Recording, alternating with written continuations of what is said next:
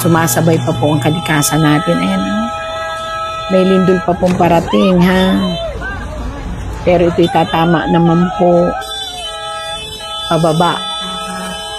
Mindanao, tapos manggagaling po ang lindol sa ilalim ng dagat. Tapos Manila, Baguio. Ang dami po magagaling. Pero hindi pa po yun ang the big one. Kaya huwag mo mag-alala. Kaya lang pinaghahanda na po ang Pilipinas.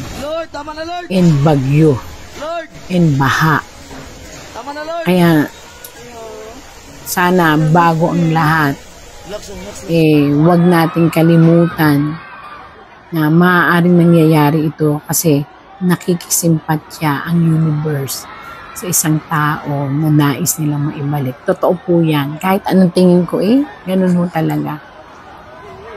So, sa dinaranas ng Pilipinas at sa lungkot na nabasa ko na ang layo-layo pa ng botohan ay talagang pinaghahandaan ng 2028. Tapos may isang tao pa na pilit ulit ididiin.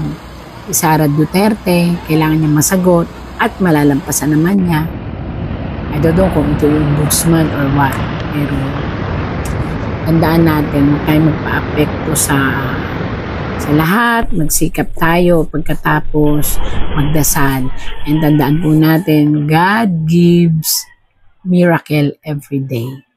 Babay po.